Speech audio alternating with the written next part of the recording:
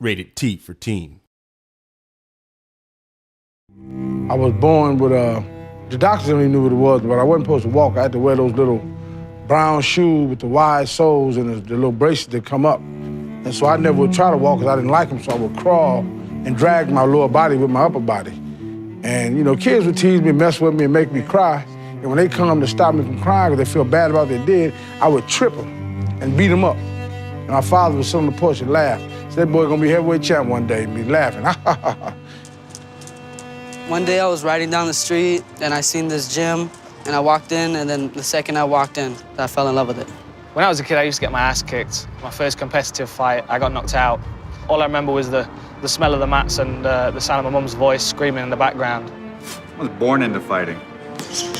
As my dad told me, I don't stop hitting them until they stop moving.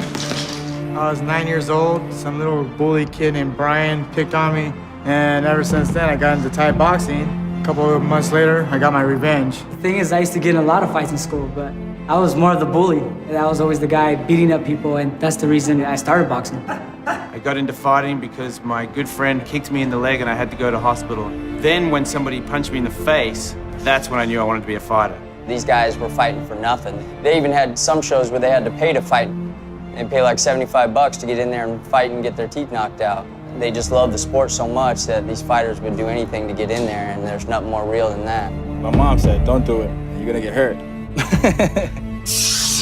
When my family found out that I wanted to be a fighter, at first they were pretty hesitant. But once they saw how passionate I was about it and that I was safe while doing it, they've been fully supportive of it. My mother say, you gotta be thankful for the things that you can do. Don't ever be jealous of nobody, but don't forget about what you do well. Evander, you see him doing things that heavyweights just don't do. And that's what made him one of the greatest heavyweights of all time. Perseverance is everything. That's dedication and training, dedication and knowledge. The day you quit learning is the day you quit breathing. My inspiration is to be the best pound-for-pound fighter out there. I don't want to just be no ordinary fighter where I just go up there, people don't even know who you are. I want to be somebody that people are going to remember. I fight for the love of the sport, the love of the competition. The difference between me and every other fighter is that I genuinely enjoy hurting people. I fight for fun. Fighting is a thing that all men should do. That's why you have pectorials, so that you can push your hand through somebody's face. I fight because I want to be a world champion. Easy as that. I fight for honor. I fight for equality. I fight because I was born to fight.